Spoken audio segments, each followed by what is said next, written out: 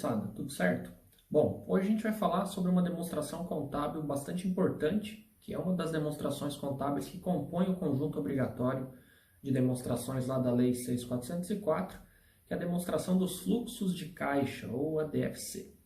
Tudo bem. Bom, em síntese, né, o que a DFC ela apresenta? Qual é a informação que a DFC ela reporta para a gente? Então, ela vai apresentar para o usuário, para o leitor da demonstração, todas as alterações que ocorreram no caixa da empresa em determinado período. Então, naquele exercício que você está avaliando, ou se for um trimestre, enfim, seja lá o período que você estiver avaliando, a demonstração dos fluxos de caixa vai indicar para você qual é a composição daquele saldo de caixa e equivalentes de caixa que está aparecendo lá no balanço. Então, a DFC ela reconstrói toda a operação da empresa no que se refere ao caixa, apresentando qual que é a composição daquele saldo, tá certo? Tudo bem, então eu já falei em outro vídeo anterior, mas é importante ressaltar isso aqui, que a DFC, ela, no conjunto de informação dela, ela apresenta, né, a composição do caixa da empresa em três grupos, né, que é a estrutura da apresentação da demonstração. Então, a gente vai ter três grupos de informação dentro da DFC, ou também, como é chamado, são os três caixas da DFC. O caixa das operações, o caixa dos investimentos e o caixa dos financiamentos. Então, esse caixa das operações ele está intimamente ligado com aquelas transações do dia a dia da empresa. Então, quais transações que compõem o caixa das operações? Recebimento de clientes, pagamento de fornecedores, pagamento de contas, enfim, aquelas transações mais do dia a dia da empresa. O caixa dos investimentos ele é composto por entradas e saídas relacionadas a investimentos que a empresa faz. Então, por exemplo, ela comprou uma participação societária numa empresa. Então, saiu dinheiro do caixa de investimento, né? E o caixa de financiamento está relacionado com os financiadores da empresa. Então, por exemplo, se a empresa recebe um dinheiro relativo a uma integralização de capital social por um sócio, por exemplo, esse dinheiro que entra pertence ao caixa do financiamento, tá certo? E a DFC, ela tem uma utilidade, uma carga informacional muito grande, pessoal. Então, veja, por exemplo, você enquanto acionista da empresa, né, ou interessado nas informações financeiras de uma determinada empresa, a DFC te traz uma quantidade de informações muito grande. Então, por exemplo, você olhando o caixa das operações de uma determinada empresa, você consegue saber se ela gera recursos, se ela gera caixa suficiente, por exemplo, para pagar todas as despesas que ela tem em determinado período, né? Se ela tem condições de maneira autônoma, sem depender tanto de capital de terceiros, gerar caixa para fazer o pagamento daquelas obrigações do capital de giro dela, né? Para fazer a movimentação da empresa de maneira geral no que se refere às operações. Então, também ainda pela DFC, você consegue saber se a maior parte do saldo do caixa da empresa provém das operações ou se, por exemplo, provém de captações, de empréstimos, enfim, de recursos no mercado bancário, né? Você consegue saber se a empresa está pagando muita despesa relacionada a esses financiamentos. Enfim, a DFC ela traz uma quantidade de informações muito útil para você conhecer com bastante profundidade as atividades da empresa. Então, tem uma quantidade de informações muito grande. Bom, em relação à elaboração da DFC, que é o que especificamente eu quero tratar aqui hoje, a gente tem dois métodos de elaboração da demonstração dos fluxos de caixa. A gente tem o método direto e o método indireto. Então, no método direto de elaboração da DFC, você analisa cada transação que envolve uma entrada ou saída de recursos, né, no caixa da empresa. Então, por exemplo, lá no caixa das operações, você vai começar, por exemplo, com uma conta de recebimento de clientes na DFC pelo método direto.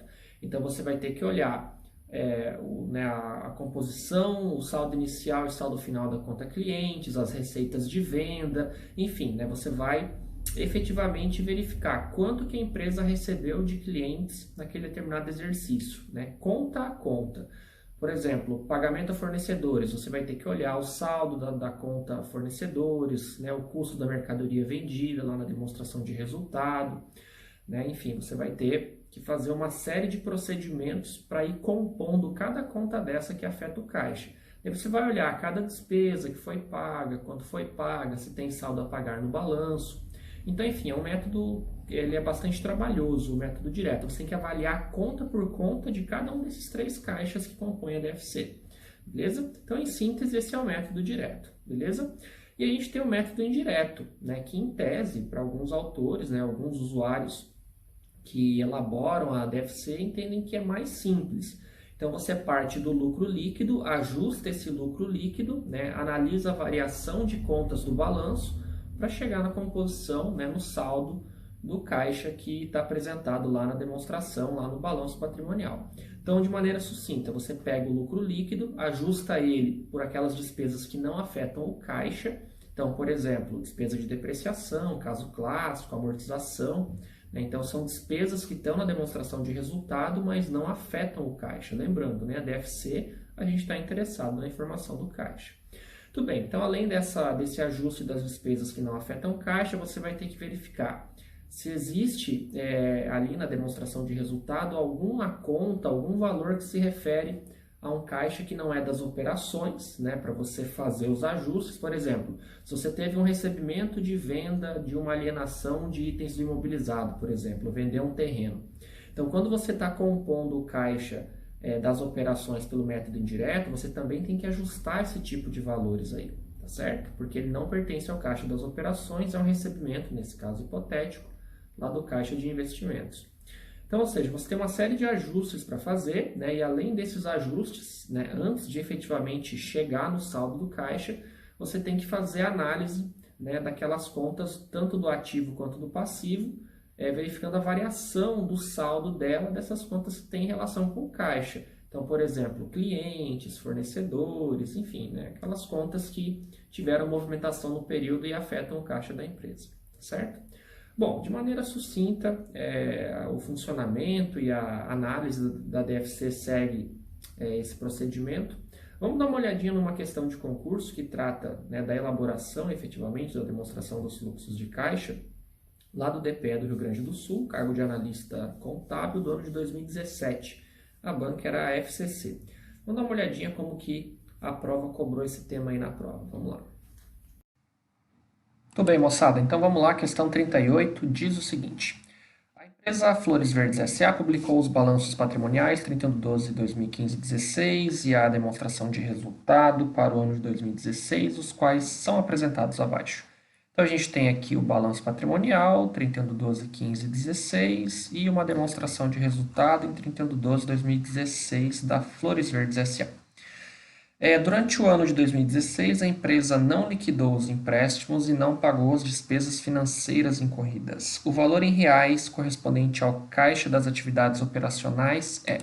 Bom, então a gente precisa encontrar o caixa das operações da empresa, lembrando que a gente tem 3 caixas, né? A gente tem o caixa das operações, investimentos e financiamentos. Então a gente tem aqui a questão pede o caixa das operações. Bom, a gente pode fazer essa questão aqui pelos 2 métodos, né? Pelo direto e pelo indireto. Então aqui eu vou resolver pelo indireto, tá? Num outro vídeo, né, posteriormente eu posso voltar para a mesma questão e fazer pelo direto, mas vou fazer pelo indireto aqui. Bom, então, salientando aquilo que eu falei para vocês no vídeo. No indireto, a gente parte do lucro líquido e vai fazendo os ajustes, tá? Então, qual é o lucro líquido do exercício? Vejam, a DRE, 175 mil, né? Então, 175 mil o lucro líquido da empresa. Deixa eu deixar isso aqui na outra página que fica melhor. Tudo bem. Daí a gente tem que fazer os ajustes, né? Ajustes. Tudo bem, qual é o primeiro ajuste? A gente vai somar a despesa de depreciação, porque ela não afeta o caixa, não é verdade? Tudo bem, então vamos verificar na DRE qual a despesa de depreciação do exercício é 42 mil. Então a gente vai adicionar esse valor porque ela está diminuindo o resultado da empresa, mas essa despesa ela não afeta o caixa, beleza? Tudo bem, vamos dar mais uma olhada na DRE e ver o que a gente tem. Veja, outro valor também que precisa ser ajustado se refere a essas outras receitas e despesas aqui, que é o resultado com equivalência patrimonial. Porque embora seja uma receita, isso aqui não afeta o caixa, tá certo? Então essa receita de 15 mil aqui, ela não entrou dinheiro no caixa, foi só um reconhecimento aí decorrente da participação da empresa, né, numa investida, numa controlada, numa coligada, beleza? Então, esse 15 mil aqui, embora seja uma receita, esteja ali somando, a gente precisa ajustar ele, tá? Então, a gente precisa diminuir esse resultado com o MAP aqui, porque ele não se refere a uma entrada de caixa aí na empresa, beleza? Tudo bem, vamos verificar aqui outro detalhe na demonstração de resultado ainda. A gente tem aqui, ó, em outras receitas e despesas não recorrentes, a gente tem um lucro na venda de terrenos de R$ 48 mil.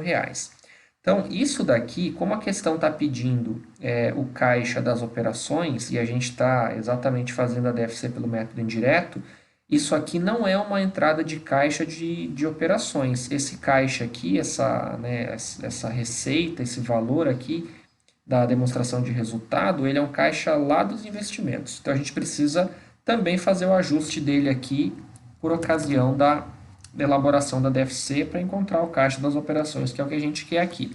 Então, lucro com a venda de imobilizado. Qual que é o valor? 48 mil, a gente precisa descontar isso aqui, né? 48 mil reais. Beleza? Tudo bem. Agora, tem uma informação que é bem importante aqui, que está no enunciado. Vejam lá. Em 2016, a empresa não liquidou os empréstimos, então não teve saída de caixa para pagamento dos empréstimos. Esse caixa aqui não seria das operações, seria lá do financiamento. Mas aqui tem uma informação importante para a gente. Ó. A empresa não pagou as despesas financeiras incorridas. Então, ou seja, aqui na demonstração de resultado, a gente tem uma despesa financeira de R$ 8 mil, tá certo? E o próprio enunciado já está dizendo para a gente, olha, essas despesas não foram pagas. Então, isso aqui a gente também precisa ajustar, porque, claro, essa despesa financeira ela é tratada no caixa das operações, mas está expressamente indicando que não foi pago. Então, eu estou reduzindo o lucro aqui por uma despesa que não foi devidamente quitada, não foi paga. Então, eu preciso ajustar o lucro em relação a essa despesa financeira aqui, certo? Então, ali na demonstração de resultado, ela está diminuindo, a gente vai ajustar ela acrescentando, tá? Então, despesas financeiras. Qual o valor dessas despesas? É de R$ 8 mil, né? Isso, R$ 8 mil, beleza? Então, tá. Então, com isso, a gente já consegue encontrar o lucro, vou colocar aqui, lucro ajustado. Vai ser de quanto? Vamos abrir uma calculadora. 175 mais 42, menos 15, menos 48, mais 8. 162 mil reais. 162 mil reais. Beleza? Tudo bem, então com isso a gente encontrou o nosso lucro ajustado. Esse já é o caixa das operações? Acabou? Não, ainda não acabou. A gente precisa olhar, né, as variações ali nas contas, tanto do ativo quanto do passivo. Beleza? Tudo bem, então vamos verificar aqui. Caixa equivalentes de caixa, a gente não olha, porque é exatamente isso que a gente está tentando explicar aqui, tá certo? Tudo bem, a gente tem aqui uma conta de clientes, não é? Então, veja, em 2015, a gente tinha um saldo nessa conta de clientes de 120 mil. Em 2016, o saldo da conta é de 90. Então, ou seja, o saldo da conta clientes diminuiu. Qual que é o racional quando acontece isso na conta de clientes? A gente entende, né? A gente supõe que o valor da conta clientes foi transferido aqui da conta do direito a receber para o caixa, né? Tendo em vista que diminuiu. Então, essa variação aqui ela é positiva para o caixa. Quanto que foi essa variação? 120 menos 90. Então, uma variação positiva, né, de 30 mil da conta clientes. Então, vou colocar aqui, variação de clientes, então é positiva de 30 mil reais, tá certo? Por quê? Porque supõe-se que saiu da conta clientes e foi para o caixa, beleza? Seguindo ainda no balanço, a gente tem aqui uma conta também importante, conta de estoques. Veja só o que aconteceu com estoques aqui. Eu tinha 31/12/2015 um saldo de 80 e agora em 2016 eu tenho um saldo de 140. Qual é o racional? O racional é que eu aumentei estoques e para isso eu deixei, né, ou tive que pagar por esse estoque ou deixei de receber dinheiro no caixa por conta desses estoques aqui. Então, como aumentou o saldo da conta de estoques, o racional é que diminuiu o meu caixa. Então, essa variação aqui ela é negativa para o caixa. 80 menos 140, R$ 60.000. Então, essa variação aqui de estoques ela é negativa para o caixa, beleza? Então, variação de estoques é R$ 60.000. Negativo, beleza? Tudo bem, vamos lá ainda olhar as demais contas do balanço, ver o que a gente tem aqui que é necessário para a gente. Bem, a gente tem aqui ainda ó, no ativo circulante uma despesa antecipada. Em 2015 eu tinha saldo zero, agora eu tenho um saldo de 10 mil. Então, ou seja, eu paguei essa despesa, o efeito é negativo no caixa.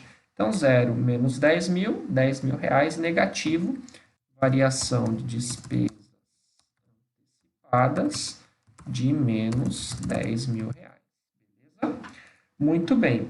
Bom, então vejam, vamos voltar aqui no balanço. No ativo circulante a gente não tem mais nada, né? Então, enfim, aqui acabou a nossa análise. Agora a gente vai para o passivo. Então vamos lá para os fornecedores. Vejam, fornecedores em 31/12/2015 eu devia 120 mil, em 16 devia 58. O que acontece? Eu diminuí o saldo de fornecedores, qual é o racional do caixa? Eu paguei esses fornecedores. Então, essa variação aqui no caixa ela é negativa. Então, 120 menos 58, então, R$ 62.000 afetou negativamente o meu caixa. Então, variação de fornecedores negativo em R$ 62.000, beleza? Tudo bem, vamos olhar aqui as próximas contas, o que a gente tem. A gente tem, ó, dividendos a gente não vai olhar, por quê? Porque dividendos não é caixa de operações, tá? Dividendos é caixa lá de, enfim, financiamento, tá? Para nossa análise aqui, a gente não está preocupado com isso.